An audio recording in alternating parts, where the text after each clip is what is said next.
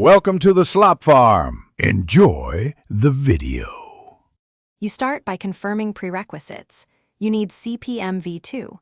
OnePlus and admin write so changes persist. Once done, open Settings and enable the floating app module. This registers routes and UI hooks automatically.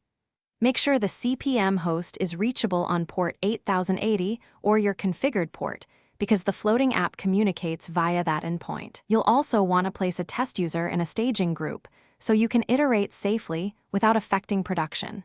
This prevents cascade issues. Next, you configure the floating app's behavior and controls. Start with appearance. Set position, opacity, and size so it doesn't obstruct critical UI.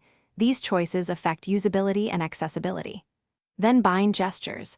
Assign tap to open quick menu, double tap to toggle alerts, and hold for advanced commands. You do this because simple gestures reduce clicks.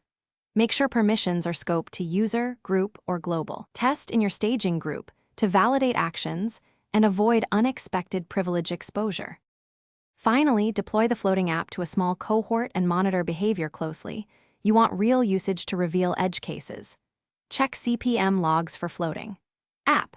Asterisk entries, those show errors, latency, and rejected actions so you can iterate quickly.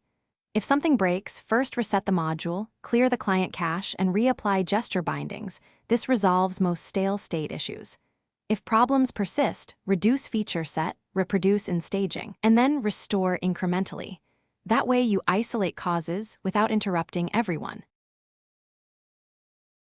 Thanks for watching. Consider subscribing if we helped you today.